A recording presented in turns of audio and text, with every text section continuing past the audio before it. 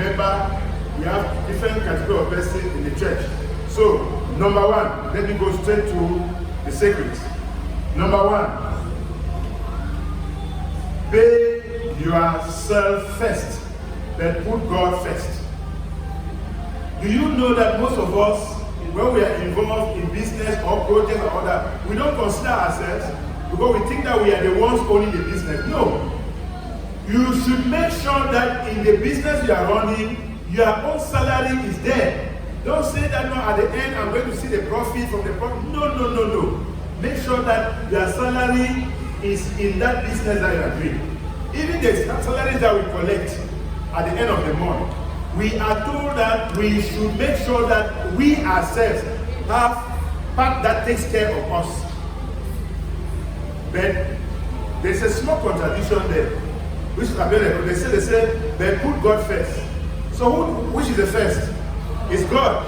But after God, you now need to consider yourself. We are not slaves to the world. We are not slaves to our families. We are not slaves to people in the community. We must make sure that when we have our income, when we have satisfied God in His tithes and offerings, the next person to be satisfied, we must see our own position there. Then now, we start taking care of all other things. That's the first secret. And you can find that, I'll be giving you the text, we will not read the text. You can find that in Proverbs chapter 21, verse 5.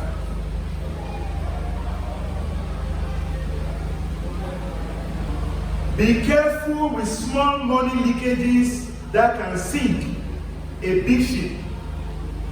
There are money leakages. When you must have had your resources put together, ask yourself, as if I am spending too much money on snacks, I'm spending too much money on eating outside, I'm spending too much money on my shoes, I'm spending too much money on... You may have the feeling that every month I just spend 10,000 francs for my clothes. Preferably make a budget to buy your dresses at a particular time. Don't be using it for impulse purchasing. Because when you don't organize yourself, when you discover that there will be leakages. Before time you discover that money that would have served you for something, the money is passing through to that, you don't even know where the money is going to. They call it small money leakages. We should avoid them. Don't make yourself somebody where you can just spend anyhow, you can spend at any time. No. That's why they're talking about planning. Let this leakage be taken care of. Most often, we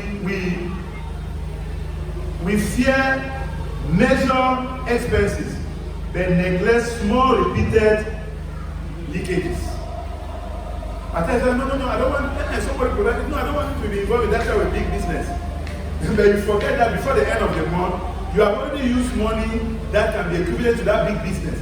And not to talk about the end of the year. So we should do everything to avoid things that do not serve us, things that will cause money to be leaking from our pockets. Number 3, we and our family members and our loved ones should learn to distinguish needs from wants.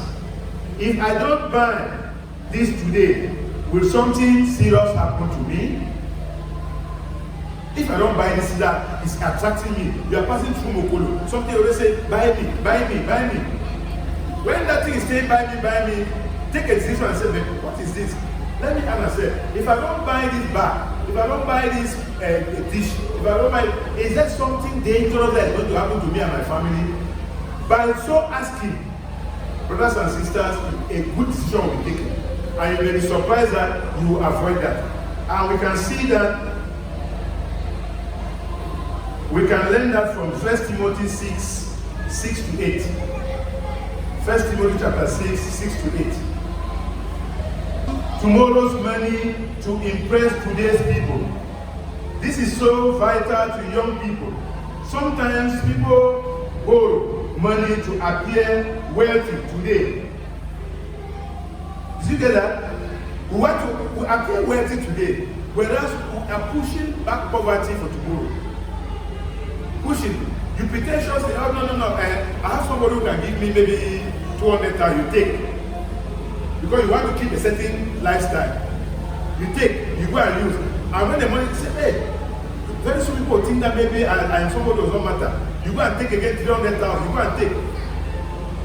Or if the money that you have saved, you go and collect, finally discover that you are impressing people today, whereas you are pushing poverty for tomorrow. So don't use tomorrow's money to impress people tomorrow. We can see, the verse that we can use from the Bible is Proverbs 27 verse 2. Proverbs 27 verse 2. They say there that avoid expensive phones, fashion dresses, expensive cars, throwing parties. There are some people who are very good. They are modest in cars and they are modest even in their dressing. But they like that people should always know that they are event planners. You are organizing a birthday, it's a child, you have 4 children. All the 4 children birthday has to be celebrated in a grand style. Your own birthday in a grand style. The one of your wife in a grand style. It becomes difficult now. It becomes difficult. Because it's money that you are using, money is going. And when you are already used to it, you will know that, hey, this one is my own birthday. People should not come and my birthday should not be less than my child's birthday. And you discover that money is going. Before long, you discover that you have stretched your hand here, you are taking money there and all that. They say we should be careful. Expensive car, weddings. This one is for our children. Nobody should push you to use money in a wedding that is going to cost you your future. If your wedding is modest and people don't want to attend, accept it. Not everybody has to attend your wedding. Do your wedding according to your standard. Let people who want to complain. After all, you will stay in your house, you and your husband and your children. The people who want to complain that you don't organize overblown wedding, they should come and accompany you in your house and pay your debts. So after your wedding, nobody is going to help you to pay back. It's a joyous celebration. How can you in a funeral they can even help you in the wedding? After wedding, everybody has eaten and everybody is gone. You stay behind and start paying expensively. But if God gives you the means, give people food to eat, celebrate, be happy because God has blessed you. Then it should be according to your needs. Social events, we have talked about parties. We say that one, you can find it in Proverbs 22, verse 7. The fifth secret. The cheapest product isn't always the cheapest choice. Members should know about value. Cheap items can take us to the market always. That's another secret. You may be buying something, say that now, c'est combien ici? 7,000. Et si c'est combien? 3,000. Et si c'est combien? 1,500. C'est plus que c'est 1,500. Il faut même prendre 3. When you get to the house, you discover that you have wasted how much? 1,533 is one more. 4,500 francs. You will still go back to the market. And you will not buy the one of 2,500. You must definitely buy the one of 7,000. To me, I have a policy.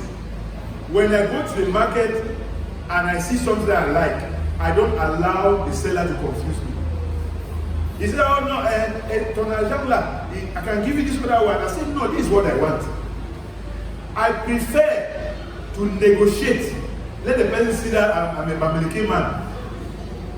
Sorry, I'm not insulting the Bamileke people. I'm just saying that the Bamileke people are very crafty, they're very knowledgeable, they are strict. They don't give money anyhow. The Bamileke people will not come to Yaoundé and start renting a house of 50,000. No, they come and start doing small business, renting a house of 10,000.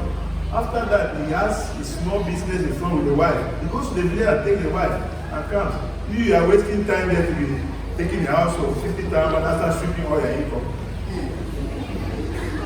So, let us buy valuable things. We have not said that we should avoid impulse purchasing and then buy cheap things. Somebody should not leave here and say that what Andy said. They are telling us that we should avoid buying things anyhow. But each time we want to buy something, we should know the real value and what is going to serve us. And to ask, will these things stay for 1, 2, 3, 4 years? There are things that can start lasting for 10 years. preferably remove good money and buy it, rather than buy things that will last for 3-4 months and then go back to the market.